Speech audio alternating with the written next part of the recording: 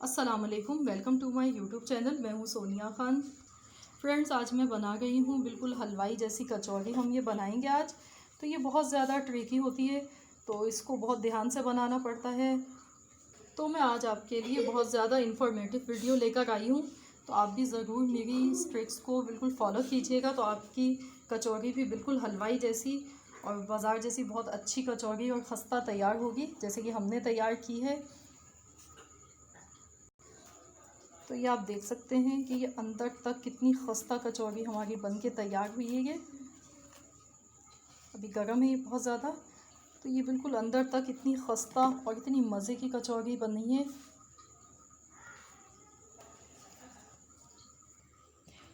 तो ये आप देख सकते हैं, देखिए कितनी खस्ता कचौरी हमारी तैयार हुई है। ये देखिए अंदर तक कितनी जूसी बनी है ये। तो चलिए हम रेसिपी शुरू करते हैं बिना टाइम ज़ाया किए। तो देख लेते हैं इसको हमने कैसे तैयार किया है। 50 ग्राम हमने मूंग की दाल ले ली। इसको मैंने 1 घंटे के लिए पानी में भिगो दिया था। तो अब इसको हम मिक्सी के जार में डालेंगे और इसको दरदरा सा पीस लेते हैं। बिना पानी के इसको हम दरदरा सा पीस लेंगे। चलाएंगे मशीन को, फिर बंद कर देंगे, फिर चलाएंगे। तो इस तरह इसको हम बग़ैर पानी के दरदरा सा पीस लेते हैं।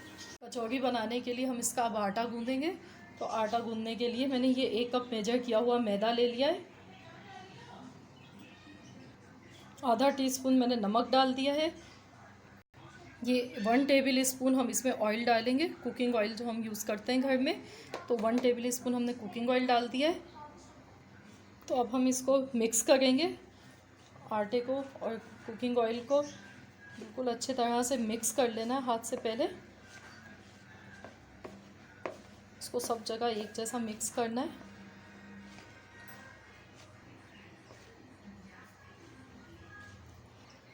इसको खूब अच्छी तरह से मिक्स करना है। पहले इसमें पानी नहीं डालेंगे हम बिल्कुल भी। तो ये देखिए इसका हम इस तरीके से देख सकते हैं, चेक कर सकते हैं। इसे हम हाथ में लेंगे, ये देखिए बाइट बन गई है इसकी। इसका मतलब है इसमें ऑयल की मिकदार बिल्कुल सही है, क्योंकि कचौरी ऐसी चीज़ है इसमें अगर ऑयल कम हो जाए तो भी सही नहीं बनती और ज़्यादा हो जाए तो फिर हमारी कचौरी ख़राब हो जाती है। तो इसमें मेजरमेंट का बहुत ज़्यादा हमें ख़याल करना पड़ता है। तो इसका यही एक तरीका है कि आप इसको मिक्स पहले हाथ से अच्छी तरह करें और उसके बाद फिर आप इसको ऐसे मुट्ठी बना के देख लें। तो ये अगर ऐसे बनता है तो समझिए कि आपने बिल्कुल सही इसमें ऑयल का इस्तेमाल किया है। तो अब हम इसमें थोड़ा थोड़ा सा पानी डालेंगे और बिल्कुल इसका सख्त सा हमें डो तैयार करना है। तो पानी बिल्कुल थोड़ा सा मैं डालूँगी इसमें और मिक्स कर लूँगी। तो हमें इसे बहुत ज़्यादा सख्त बनाना है, इसकी डो को नरम नहीं होनी चाहिए, सख्त हमें गूँधना है इसको।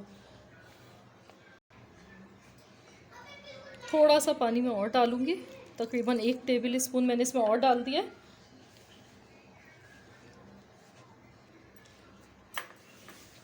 इसमें तकरीबन 3 से 4 टेबल स्पून पानी का इस्तेमाल हुआ है।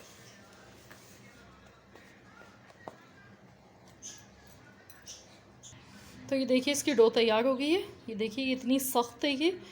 तो इसको अब हम रेस्ट दे देते हैं और जब तक हम इसकी स्टफिंग तैयार कर लेते हैं, इसको हम ढक कर रख देते हैं इतनी देर के लिए। स्टफिंग बनाने के लिए हमने ये फ्राई पैन ले लिया है। इसमें हम थोड़ा सा कुकिंग ऑयल डालेंगे। हाफ़ टी स्पून हमने सौंफ डाल दी है इसमें। हाफ़ टी स्पून ज़ीरा डालेंगे। हाफ़ टी स्पून ही साबुत धनिया है पिसा हुआ, ये डाल दिया हमने। अब मैं इसमें पिसी हुई लाल मिर्च डाल दूँगी। तो जितना आपको तीखा पसंद हो आप उतनी मिर्चें डालिए अपने हिसाब के मुताबिक। और ये थोड़ी सी हल्दी डाल देंगे इसमें। और ये अजवाइन है, थोड़ी सी मैं अजवाइन डाल दूँगी इसमें। हल्का से इसको भून लेते हैं। इसके बाद इसमें हम बेसन डाल देते हैं।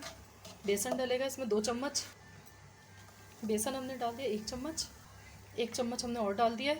बेसन से ये होगा कि इसकी बाइंडिंग बहुत अच्छी बनेगी, दाल हमारी बिखरेगी नहीं।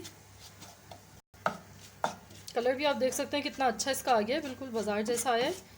जैसे आप बाज़ार से कचौरी लेके खाते हैं उसकी स्टफिंग में आता है। तो इसमें अब मैं मूंग की दाल डाल दूँगी।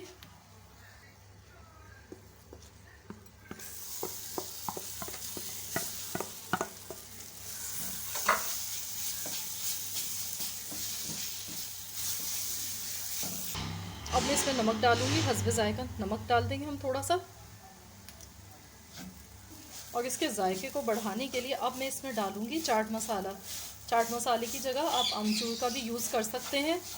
मैं इसमें चाट मसाला डालूँगी 1 चम्मच। बस इसको इतना पकाना है, दाल का कच्चापन इसका दूर करना है। तो हमें कैसे पता चलेगा कि ये पक गया है? तो ये ऐसे पता चलेगा हमें जब ये भुरभुरा सा होने लगेगा, अलग अलग होने लगेगा, तो समझ जाइएगा कि ये पक चुका है हमारा स्टफिंग। बस इसको बहुत ज़्यादा भी नहीं पकाना है। इसका मैं फ्लेम बंद कर देती हूँ। तो ये तैयार है, इसको ठंडा कर लेते हैं हम। तो चलिए अब हम इसकी डो को सेट कर लेते हैं ऐसे।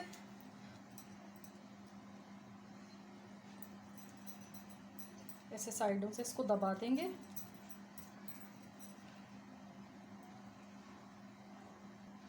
तो अब हम इसके 4 पीस बनाएंगे। इसको ऐसे कट कर लेंगे बीच से, सेंटर से पहले करेंगे, उसके बाद फिर हम इसको ऐसे कट करेंगे।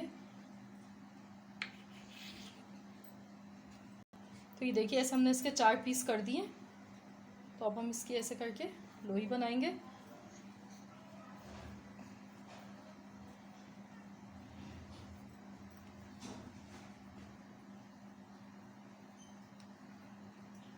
तो ये देखिए ऐसे हम इसके लोई बना के और इसको रखते जाएंगे ऐसे।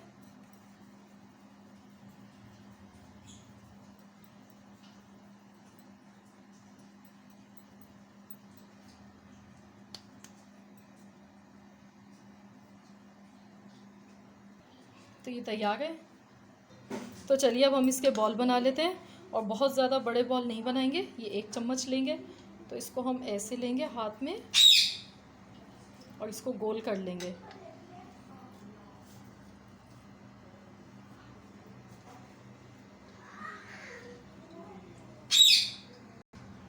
ये देखिए ऐसे करके हम इसका बॉल बना लेंगे। और बॉल का साइज़ छोटा होना चाहिए, इतना छोटा होना चाहिए। अगर बड़ा बनाएंगे तो फिर आपकी कचौरी सही नहीं बनेगी।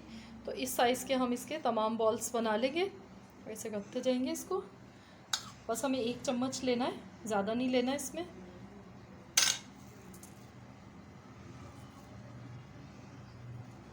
पहले इसे दबा लेंगे इसको, उसके बाद इसको गोल करेंगे।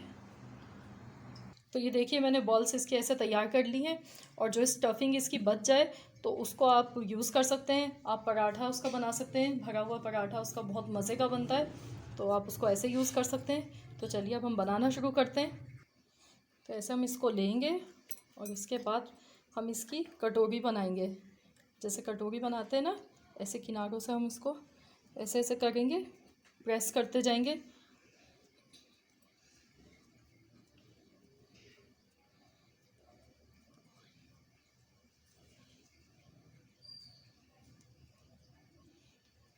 तो ये देखिए बहुत इजी है इसको बनाना। तो ऐसे हमने इसको प्रेस कर लिया है। तो अब हम इसमें ये बॉल एक रख देंगे। ये देखिए इसका साइज़ बिल्कुल इसमें परफेक्ट आया है ऐसे। तो अब हम इसको ऐसे करके बंद करेंगे।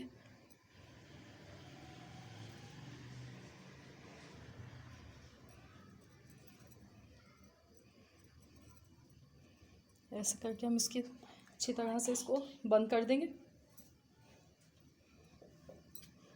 ये देखिए जो इसमें एक्स्ट्रा है ये ऊपर से इसको हम ऐसे निकाल देंगे। तो देखिए ऐसे हमारी ये तैयार है कचौरी। ऐसे हम इसको प्रेस कर देंगे। ऊपर से हमने इसलिए हटाया है क्योंकि अगर हम उसको रहने देते तो ये ऊपर की साइड से बहुत ज़्यादा मोटा सा अच्छा नहीं लगता इसकी बाइंडिंग। तो इसीलिए मैंने उसको हटा दिया है। तो ऐसे करने के बाद अब हम इसको बेलन से प्रेस करेंगे। जिस साइड से हमने बाइंडिंग को तोड़ा था तो उसको हम नीचे रख देंगे और इसको ऊपर रखेंगे। और अब हम इसको बेलन से हल्का हल्का सा इसको हम बेल लेते हैं।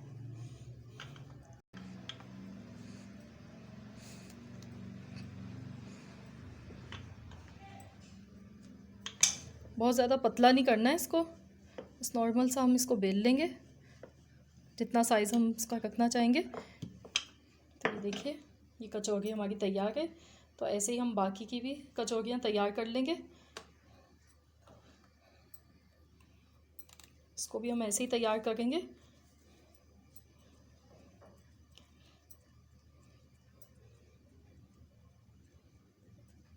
मैं आपको एक और बना के दिखा गई हूँ। ऐसे हमने इसको कर लिया है। अब हम इसमें ये बॉल रख देंगे और इसको हम ऐसे करके बंद कर देंगे। इसको हम ऐसे करेंगे, अच्छी तरह से इसको बंद कर देंगे,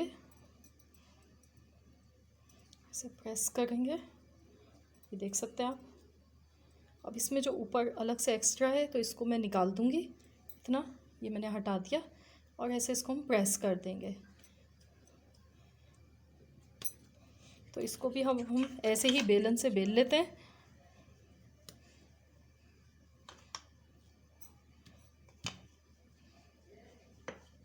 हल्के हाथ से बिल्कुल इसको बेलेंगे।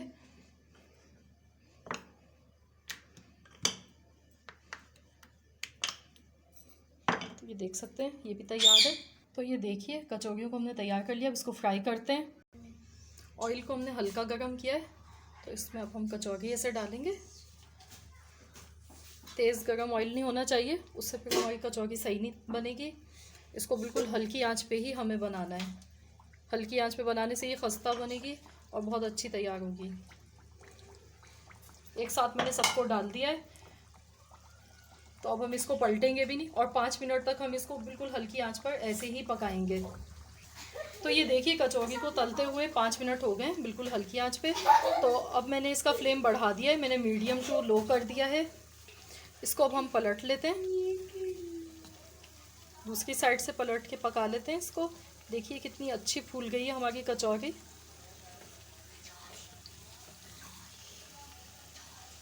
दूसरी साइड से भी हम इसको पकाएंगे। अब हमने इसका मीडियम टू लो फ्लेम कर दिया है। शुरू में हमने इसको 5 मिनट तक बिल्कुल हल्की आंच पे हमने इसको पकाया है। कचौड़ी को फ्राई होने में मैक्सिमम 10 से 12 मिनट लग जाते हैं, तो ये तभी खस्ता बनती है। 4 मिनट हो चुके हैं इसको, तो अब हम दूसरी तरफ से भी इसको पलट लेते हैं। ये देखिए गोल्डन कलर इसका आ चुका है एक साइड से, और दूसरी साइड से भी हम इसका गोल्डन कलर होने तक इसको पकाएंगे। देख के ही आपको अंदाज़ा हो रहा होगा कि ये कितनी खस्ता कचौड़ी हमारी बन गई है। तो इसको 2 मिनट मज़ीद और लगेंगे फ्राई होने में। तो ये देखिए इसको हम पलट लेते हैं। ये देखिए इसका अच्छा सा कलर आ गया है, तो अब हम इनको निकाल लेते हैं। ये देखिए कितनी ज़बरदस्त सी हमारी कचौड़ी बन के ही तैयार हुई है। तो इनको हम निकाल लेते हैं। तो ये लीजिए हमारी मज़ेदार सी कचौड़ी तैयार हो चुकी है। तो रेसिपी को आप भी ज़रूर ट्राई कीजिएगा। अगर मेरी रेसिपी आपको पसंद आए तो प्लीज़ आप मेरी वीडियो को लाइक कीजिए, कमेंट्स कीजिए, शेयर कीजिए फैमिली मेम्बर्स के साथ में। मिलते हैं इंशाअल्लाह ताला एक और नई रेसिपी के साथ बहुत जल्द। तो जब तक के लिए अल्लाह हाफिज़।